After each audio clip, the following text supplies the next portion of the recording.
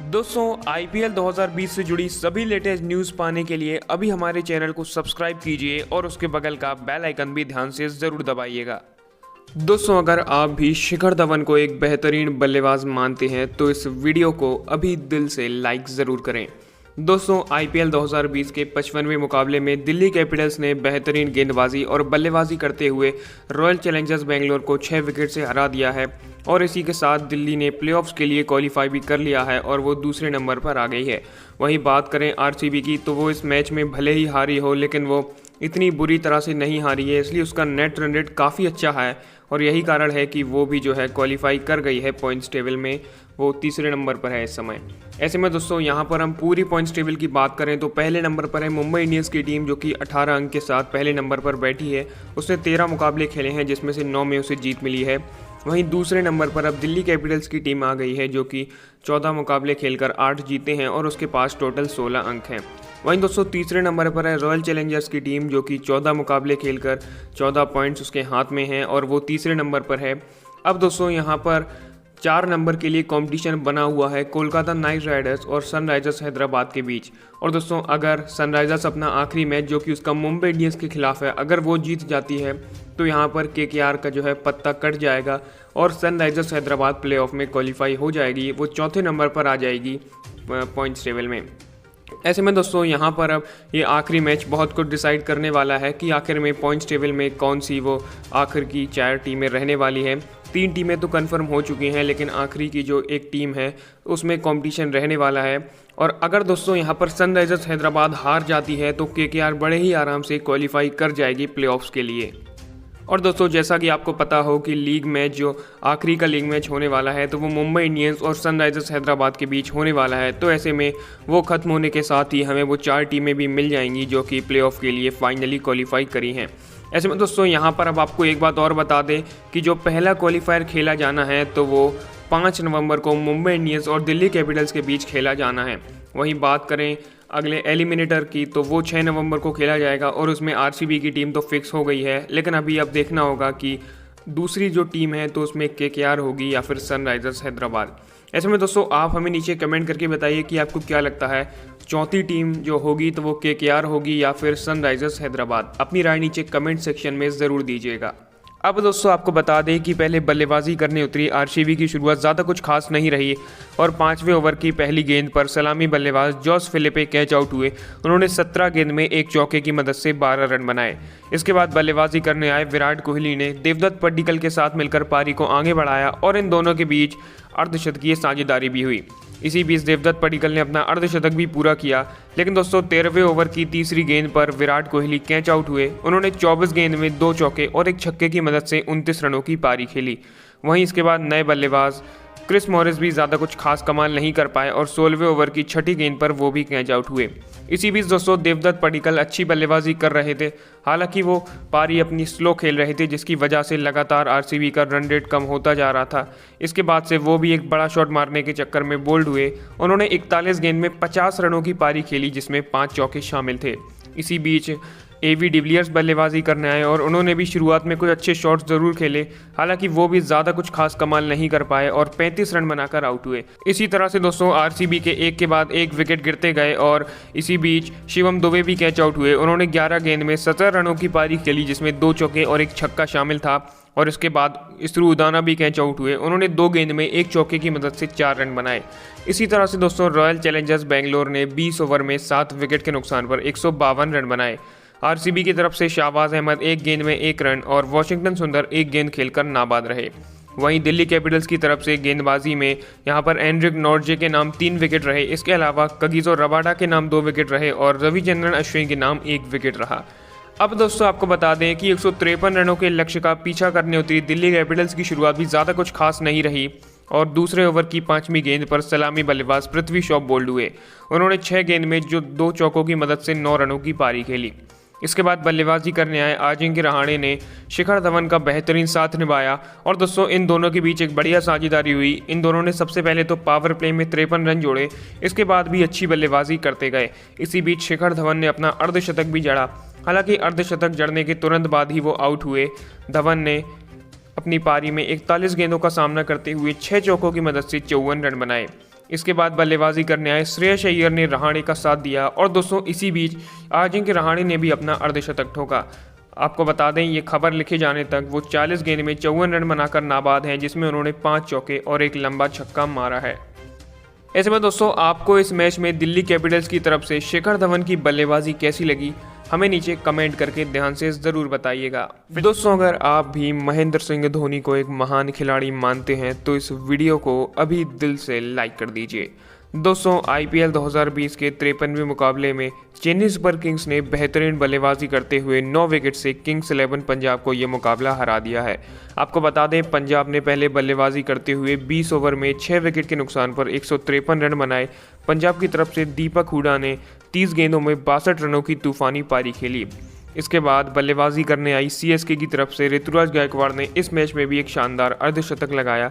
इसके अलावा du Plessis और अंबती रायडू ने भी अच्छी बल्लेबाजी की और CSK ने 7 गेंद रहते ये मुकाबला आसानी से जीत लिया है। दोस्तों ये मैच पूरा होने के साथ ही CSK का सफ़र भी IPL में ख़त्म हो गया है, क्योंकि जैसा कि हम सभी को पता है कि CSK इस साल प्लेऑफ्स के लिए क्वालिफाई नहीं कर पाई है।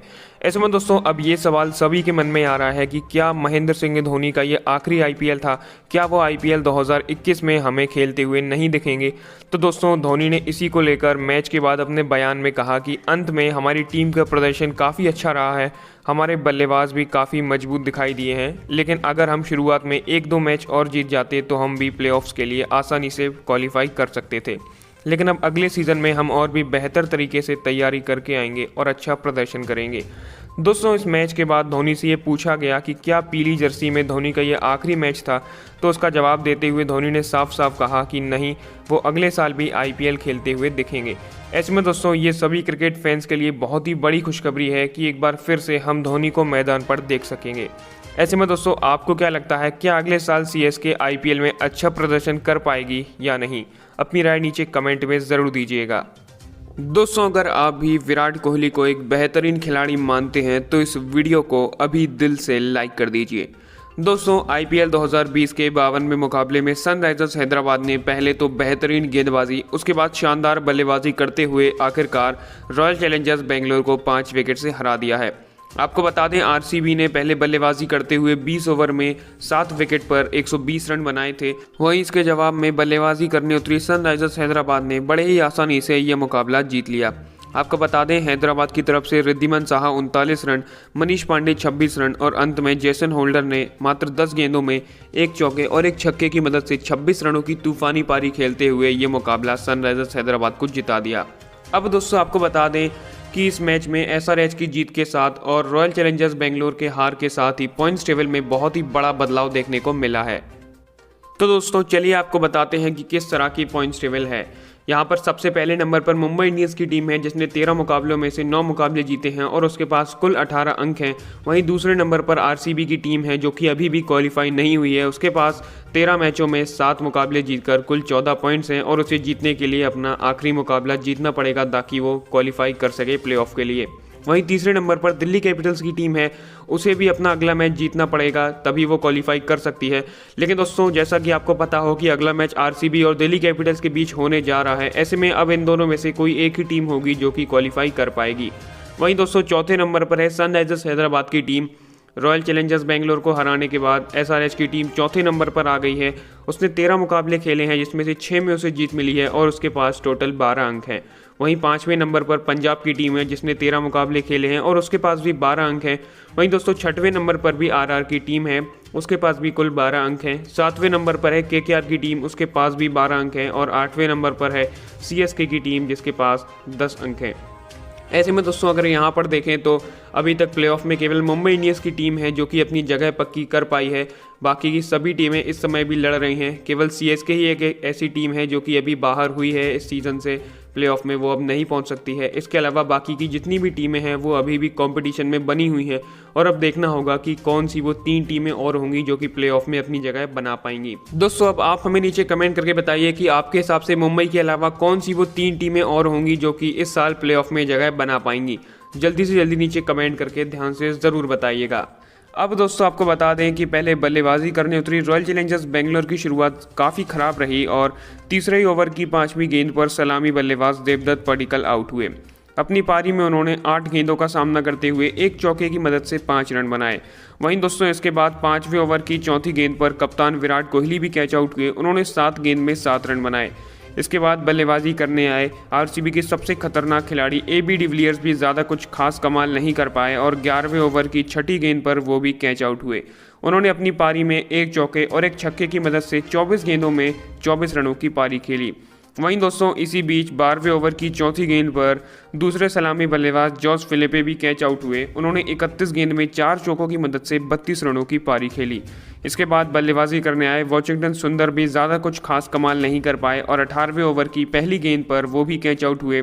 उन्होंने अपनी पारी में 18 गेंदों का सामना करते हुए 2 चौकों की मदद से 21 रन बनाए।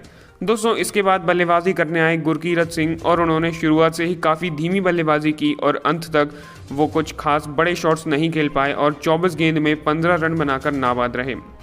इसके अलावा क्रिस मॉरिस 4 गेंद में 3 रन बनाकर आउट हुए और इसरू उदाना भी 1 गेंद में आउट हुए और वहीं मोहम्मद सिराज 3 गेंद में 2 रन बनाकर नॉट आउट रहे। इसी तरह से दोस्तों रॉयल चैलेंजर्स बेंगलोर ने 20 ओवर में 7 विकेट के नुकसान पर 120 रन बनाए। ये स्कोर काफ़ी छोटा था क्योंकि सनराइजर्स हैदराबाद के गेंदबाजों ने काफ़ी तूफानी गेंदबाजी की। संदीप शर्मा के नाम 2 विकेट रहे, जेसन होल्डर के नाम 2 विकेट रहे, वहीं टी नटराजन, नदीम और राशिद खान के नाम 1-1 विकेट रहा। अब दोस्तों आपको बता दें कि 121 रनों के लक्ष्य का पीछा करने उतरी सनराइजर्स हैदराबाद की शुरुआत भी काफ़ी शानदार रही और दूसरे ही ओवर की दूसरी गेंद पर डेविड वार्नर भले ही आउट हो गए हों, लेकिन इसके बाद बल्लेबाजी करने आए मनीष पांडे ने रिद्धिमान साहा के साथ मिलकर पारी को आगे बढ़ाया और इन दोनों ने पावर प्ले में 58 रन जोड़े। इसके बाद भी ये लोग शानदार बल्लेबाजी करते गए। हालांकि 7वें ओवर की चौथी गेंद पर मनीष पांडे कैच आउट हुए। उन्होंने 19 गेंदों में 3 चौके और एक छक्के की मदद से 26 रनों की पारी खेली।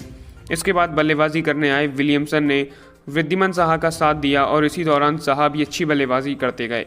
ऐसे में दोस्तों आपको इस मैच में सनराइजर्स हैदराबाद की तरफ से संदीप शर्मा की गेंदबाजी कैसी लगी, हमें नीचे कमेंट करके ध्यान से ज़रूर बताइएगा।